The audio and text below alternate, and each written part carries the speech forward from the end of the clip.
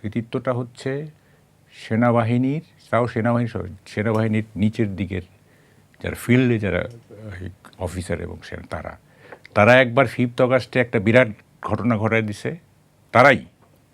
তারাই এবার একটা ভালো নির্বাচন করে দিছে। সরকারের কিছু না, সরকারের উদ্দেশ্য ভালো ছিল এটা আমি বলবো না। এইবার এই নির্বাচনটা ভালো করে দিল অ্যাকচুয়ালি সেনাবাহিনী, এবং মোর প্রেসাইসলি সেনাবাহিনীর নিচের র্যাঙ্কের যারা আছে। কিন্তু উপর থেকে কমান্ড না আসলে তারা কিভাবে এটা কারণ 5th অগাস্টে কি হয়েছে? 5th অগাস্টে কি হায়ার কি চাইছিল? নিচেরা বলছে না আমরা গুলি করতে পারবো না। শুনেন, এগুলি না কতগুলি মিসআন্ডারস্ট্যান্ডিং আছে আমাদের। হ্যাঁ, এই সরকার মানে ইটস এ টেরিবলি ফেইল্ড সরকার, ভয়াবহ রকম একটা ব্যর্থ সরকার এটা। যে সরকার মবক্রেসিকে ইনস্টিটিউশনালাইজ করছে, যে সরকারের পক্ষ থেকে মবক্রেসিকে এনকারেজ করা হয়েছে। চিফ অ্যাডভাইজার বলছেন ওটা তো তোমাদের গ্রামেও আছে, প্রেস সেক্রেটারি বলছেন এইটা প্রেশার গ্রুপ, অর্থাৎ সরকারের পক্ষ থেকে এনকারেজ করা হয়েছে মবক্রেসিকে, এবং এই সরকার মবক্রেসির পায়োনিয়ার হিসাবে ইতিহাসে চিহ্নিত হয়ে থাকবে। ঠিক আছে, টেরিবলি ফেল সরকার। এবং দুর্নীতি, দেখেন আমি একটা কথা বলি, এই সরকাররা বলে মেগা দুর্নীতি হয় নাই। ওকে ফাইন, কেন হয় না মেগা দুর্নীতি? মেগা প্রজেক্টই তো নাই। গত আমলে মেগা প্রজেক্ট হয়েছে, মেগা দুর্নীতি হয়েছে। এই আমলে যতটুকু সম্ভব দুর্নীতি করা সম্ভব ততটুকু হয়েছে, যে কারণে ওয়ান স্টেপ ডাউন। ঠিক আছে, মেগা প্রকল্প কিভাবে হবে? মেগা প্রকল্পই তো নাই। ফলে সব দিক থেকে গত 17 বছরের সব সূচকে একটা শুধু আমি বলতে পারি ভালো দিক আছে, এটা গুম হয় নাই। হ্যাঁ, গুম হয় নাই, আর সরকারি বাহিনীর সাথে মারা যায় না। একমাত্র গোপালগঞ্জে কিছু মারা গেছে, যাই হোক, জঙ্গি নাটক হয় না। হ্যাঁ হ্যাঁ, তো হ্যাঁ জঙ্গি এইসব। তো এখন এই যে এগুলি না বললে, এখন এই যে আমি প্রথম থেকেই এই গভর্নমেন্টের বিশেষ করে ডক্টর ইউনূসের বিরুদ্ধে কথা বলতেছি, সবাই বলে যে আপনি খামাখা এগুলো বলেন। আর খামাখা কেন এগুলি? এগুলো তো খামাখা না। আপনি দেখেন গত 16 হ্যাঁ প্রথম 7-10 দিন যদি এটা মেনে নিব, হ্যাঁ, যে দীর্ঘ 17 বছরের একটা পুঞ্জীভূত ক্ষোভ ছিল যারা নির্যাতিত হয়েছে ওনারা বা জামাত, তারপরে আপনি রুল অফ ল এস্টাবলিশ করবেন না। 10-15 দিন আপনি ছেড়ে দেন, আচ্ছা ভাঙাভাঙি কিছু হইলো, ক্ষোভ বহিঃপ্রকাশ, আপনি রুল অফ করবেন না, তাই না?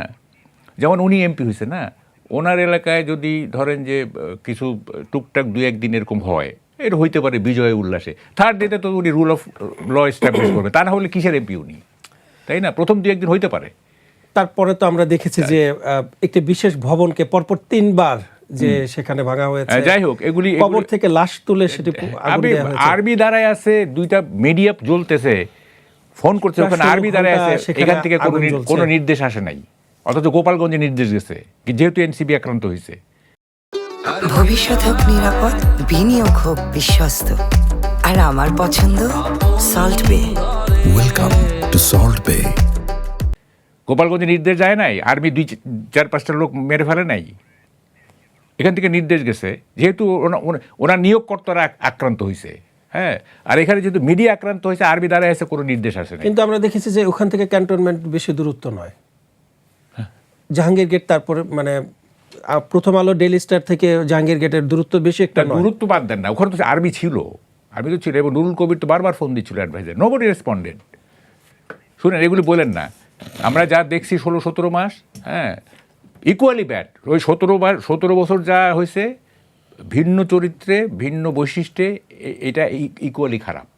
ওটা নেচার একরকম ছিল, এটা নেচার আর একরকম। আচ্ছা, এই যে মিডিয়ার উপরে আমি একটু যোগ করি, মিডিয়ার উপরে যে আক্রমণ করা হয়েছে, কিন্তু আমরা দেখেছি গতকালকে পরিবেশ উপদেষ্টা সৈয়দ রিজওয়ানা হাসান তিনি বলেছেন যে অন্তর্বর্তী সরকারের সময় কোনো সাংবাদিককে জেলে যেতে আমি বলি, শুনেন, এই অ্যাডভাইজারদের, ইভেন চিফ অ্যাডভাইজার কোনো কথা কোট করবেন না, তাদের কোনো কথা কোটেবল কোট না। হ্যাঁ, এদের কথা কোটই করবেন, এইসব কথা শুনতেই চাই না। হ্যাঁ, জুলাই সনদের স্বাক্ষরের মধ্য দিয়ে বর্বর থেকে সব হয়ে যাবে। শুনেন কথা কি, দেখেন বলতেছে না, এই যে দেখেন বলছে না যে কেউ আসবে না, কি আমরা যাব না, সবাই আসবে, সব এমবেসিগুলি ভিসা বন্ধ করে দিচ্ছে অলরেডি কয়েকটা দেশে, বাকিগুলি বলতেছে যে আমরা যাব না, তারা আসবে, আর আমাদেরকে এখন যাওয়া বন্ধ করে দিচ্ছে মানে দেশগুলো। হ্যাঁ, এইসব কথা কোট করবেন?